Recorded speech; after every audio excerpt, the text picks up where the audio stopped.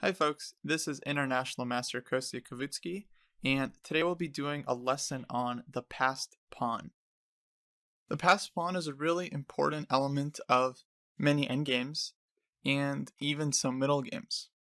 Understanding how to use passed pawns and the key ideas surrounding them is really important to your chess education. So we'll start off with a couple of definitions, and then I'll show you guys some key patterns and ideas. And then we'll move on to some practical examples so you can see how passed pawns are used in real-life chess games. So let's start off with some definitions. A passed pawn is any pawn that can advance all the way to the end, the 8th rank for white or 1st rank for black, without being blocked or captured by an enemy pawn.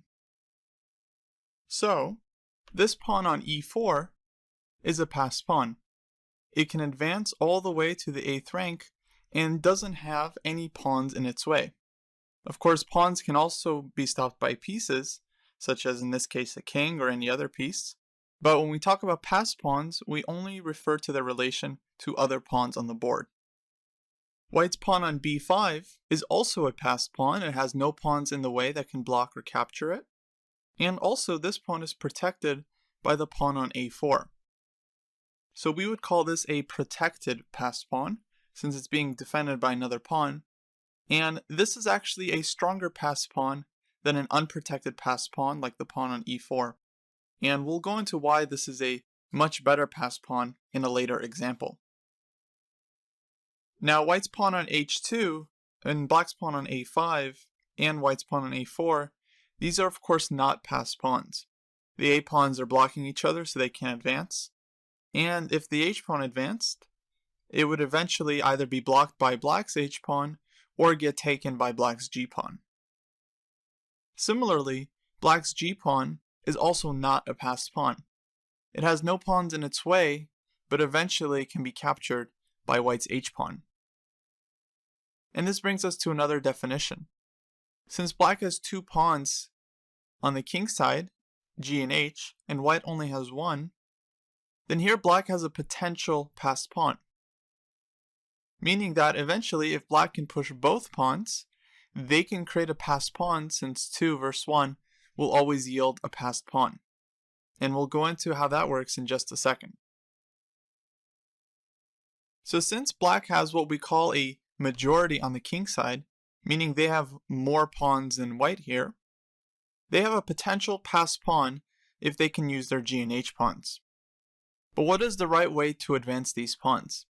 It's actually a little bit trickier than you might think. The problem for black is, if they advance the h5 pawn, let's say they play h5, white can play h4 and stop the pawn in its tracks and also control the g5 square. Meaning black won't be able to play g5 without losing a pawn.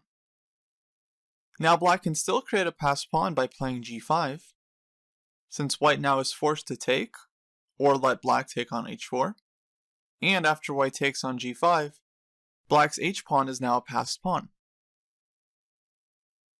So this is sometimes a useful way of creating a passed pawn if one of your pawns is already blocked. But the drawback, of course, is that it gives white another passed pawn on g5. So let's look at a better way to create a passed pawn here. What if black started with the move g5?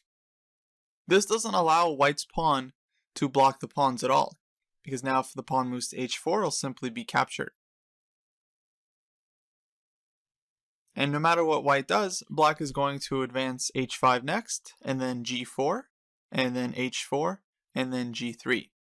So for example, if we say white passes, h5, g4, h4, and next move black can play g3.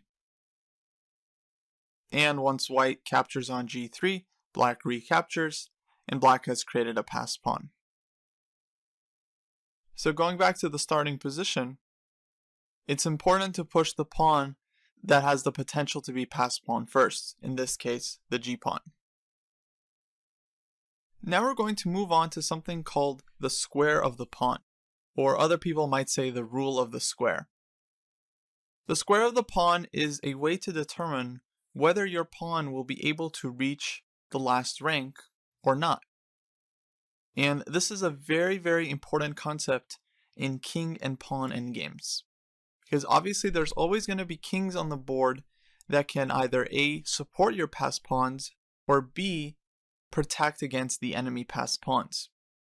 And the rule of the square is a way to figure out whether the enemy king will be able to stop your pawn on time. So let's take a look at our pawn on b5. It only needs 3 more moves to reach the 8th rank. And if we count the moves black needs to reach the b8 square, then black's king also needs 3 more moves.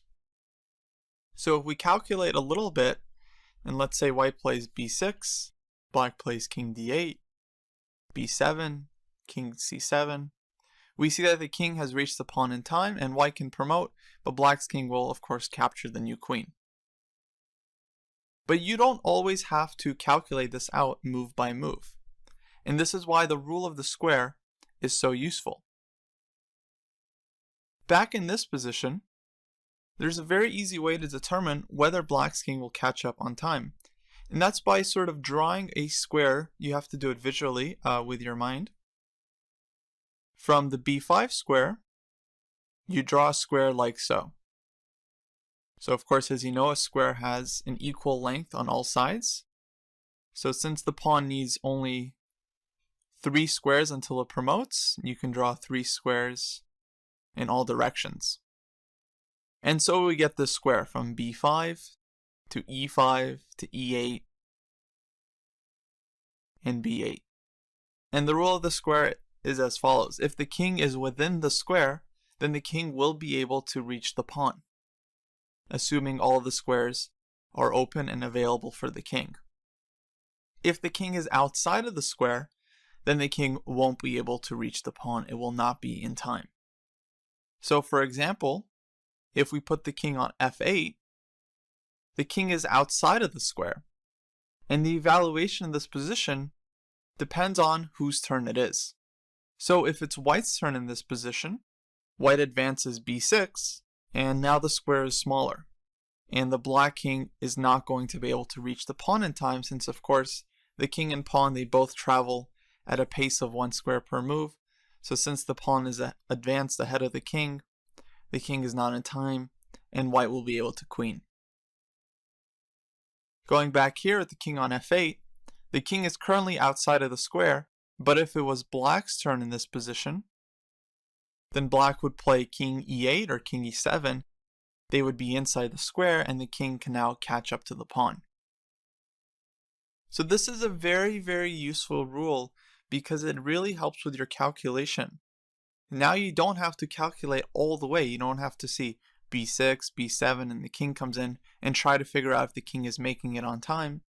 If you memorize and understand this rule, it's a very easy way to judge whether the king is on time to reach the pawn.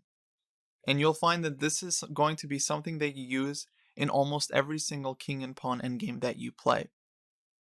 It really, really saves a lot of time on your calculation. Now we're going to move on to an example where the protected passed pawns, remember these pawns on a4 and b5, this pawn on b5 is a protected passed pawn. We're now going to move on to an example where this proves to be very, very useful for white. Take a look at the following endgame. In this endgame, both sides have 3 pawns, and both sides have exactly 1 passed pawn. For white, they have the passed a3 pawn, and black has the passed h4 pawn. And not only are these pawns passed, they are also protected passed pawns. But there is one big difference in the position, and that is that black has a pawn on c7, which they'll actually be able to use to break up white's pawns on a3 and b2. Whereas white's king on h3 is actually going to be stuck to the defense of the h4 pawn. And we'll see this king will be kind of helpless in the resulting endgame. In fact, the evaluation of this endgame is that black is winning with best play. So let's analyze a few moves and see why that's the case. So let's start with white just moving the king to g2. Because the pawn on h4 is a protected passed pawn, the king can never leave the square of the pawn because that would allow black's pawn to then advance freely and promote. In this case, of course, the square of the pawn is 3 squares down, 3 squares over, and 3 squares down this way. So if white's king leaves this box, for example, let's say black king also moves, king f3, say king b5 will just sit with black, king e4, c5. If the king makes one more step, black's pawn will be able to run down the board. So king f5, for example, seems very tempting to take the g5 pawn, but here comes h3. And white is simply not in time, black's pawn will promote easily. So because of this, white's king is actually kind of trapped in this box here. But white also has a passed pawn on a3. So now the question becomes, is this pawn enough for white to draw the endgame? So let's say white advances the pawn with b4. Here black will play king b5. And white can't advance the pawns anymore, so he has to wait with the king. And here comes black's winning idea, c5. With this move, black is able to challenge white's passed pawns with a pawn, and this pawn break actually wins black the game. So if white does nothing, they'll simply lose the pawn on b4. And if white captures, black takes. And now this lone pawn on a3 is indefensible. And black's king will simply pick up the pawn and then bring his king back over to the king side to win the game. For example, king f3, king b5, king e4, king a4.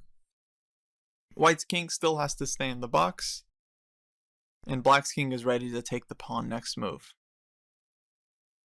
So king f3 takes, and we bring our king back, and white's king is basically hopeless here.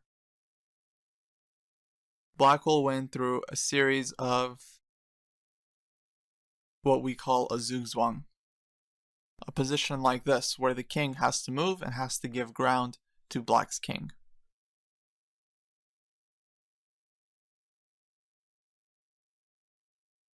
And black will win the g-pawn and can win the game easily from there. So going back to the starting position,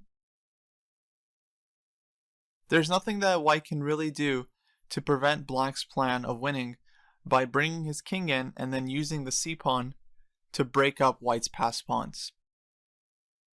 White could have also tried just to play b3, keep the king out of advancing, and here black can play c5, king g2, king b5, king f3, and again c4.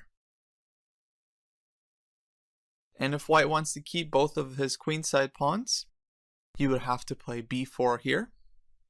But now the problem is that the c-pawn has become a passed pawn, and this pawn, along with the h4 pawn, are way too far for white's king to defend against both. So here black wins in a very straightforward manner. Can play c3, and if white's king wants to stop this pawn, then black can play h3. And notice that the king cannot possibly stay in the square of both pawns. King has to defend against one of them, and the other one will run to promotion.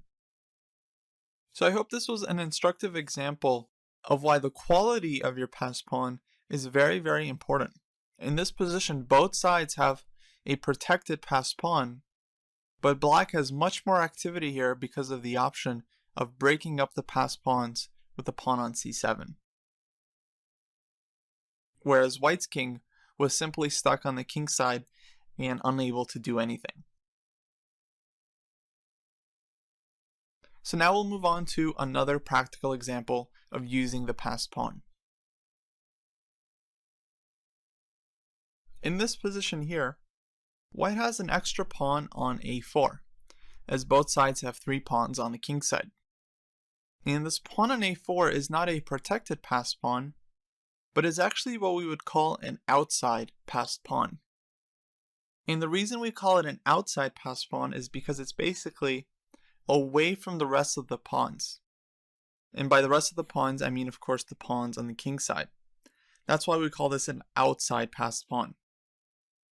And here, white has a very, very easy path to victory, because this a4 pawn is going to be very hard to promote it, but actually, white is going to use this pawn as a decoy to distract black's king away from defending the rest of the pawns on the king side. What I mean is that we're going to use white's king to actually run in this direction and try to take all of black's king side pawns. And normally, black's king would be able to box us out, but because of the passed a4 pawn, the king will need to lose valuable time coming over here and taking this pawn, allowing white's king to get into the king side. So let's see how this would happen. So let's say king c4. And if black tries to block our king with king c6, this is essentially futile because, well, we can play king d4. And if the king continues to block us, well, now we can use our a pawn as a full decoy, a5. And the king has to make a choice, either stay on the king side, let the pawn promote, or go back to c6, and white's king will be able to get in. So going from this position, it doesn't make any sense for black to try and prevent the king from getting in. Black should try king a5 to at least stop the pawn right away, and white plays king d5. Black takes the pawn, king d6. And white's king is at least 2 steps closer to the king side pawns, which is enough for a decisive advantage since, of course, the kings, they travel at the same speed, which means that white's king is going to come in and collect and win all of black's pawns very quickly. King b3, king e7, and it doesn't matter what black does here. Let's say they try pushing the pawn. Eventually the king will catch up and black will start losing pawns one by one. So I hope that was a pretty instructive description of why the outside passed pawn is so powerful. To sum up, we can use this pawn as a decoy to distract black's king, while our king runs to the opposite end of the board and wins the remaining pawns on the king side, and then white uses the f, g, and h pawns to win the game.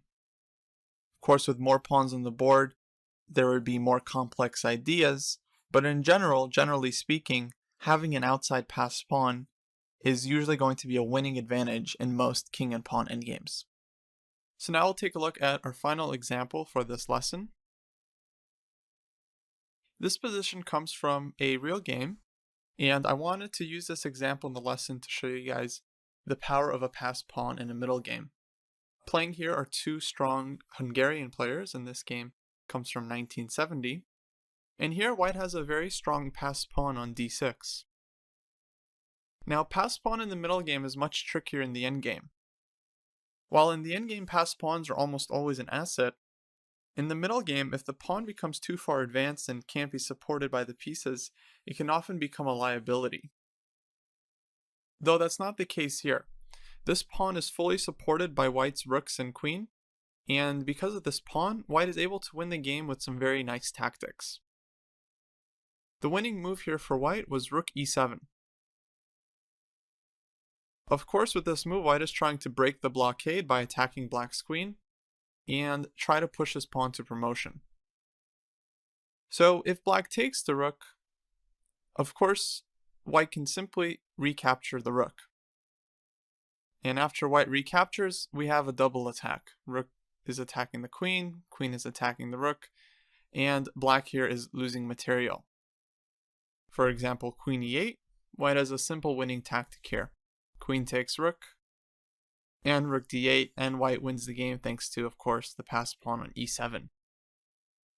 I just want to point your attention to one nuance here. After rook e7, rook takes e7, it would actually be a mistake to grab the rook on a8 here with check, Of course, this looks good at first sight, but after rook e8, black saves the second rook and is surviving for the moment. So it's much stronger here to simply capture the rook on e7, opening up the attack on the queen and the rook, and white is winning thanks to the passed pawn. So after rook e7, in the game black played queen f5, and here white won thanks to the really nice move d7. The first point is that we are attacking the rook on e8 and threatening to take it with check. So if black tries to trade queens, of course we don't recapture, but we throw in d takes e8, intermediate move, and white wins 2 full rooks and can recapture the queen, the completely won position. But the more hidden point after d7 is that after black plays rook d8, white again wins thanks to the tactics of the passed pawn. Queen takes rook, rook takes, rook e8 check, and white is going to be way ahead in material at the end of all this. For example, bishop f8, white simply grabs the rook on a8, and the pawn is defended, supported by the rook on d1, ready to queen, and black has a completely hopeless position. So I hope this lesson was instructive for you guys on the power of the passed pawn.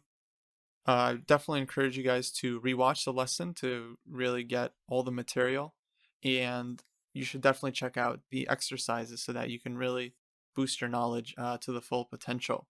Just to recap a few things, passed pawns can be a huge asset both in the endgame and in the middle game, and so familiarizing yourself with the common ideas and themes surrounding passed pawns will really do a great service to your chess. Well, thanks so much for tuning in to this lesson. This has been International Master Kostya Kavutskiy, and I'll see you next time. Take care.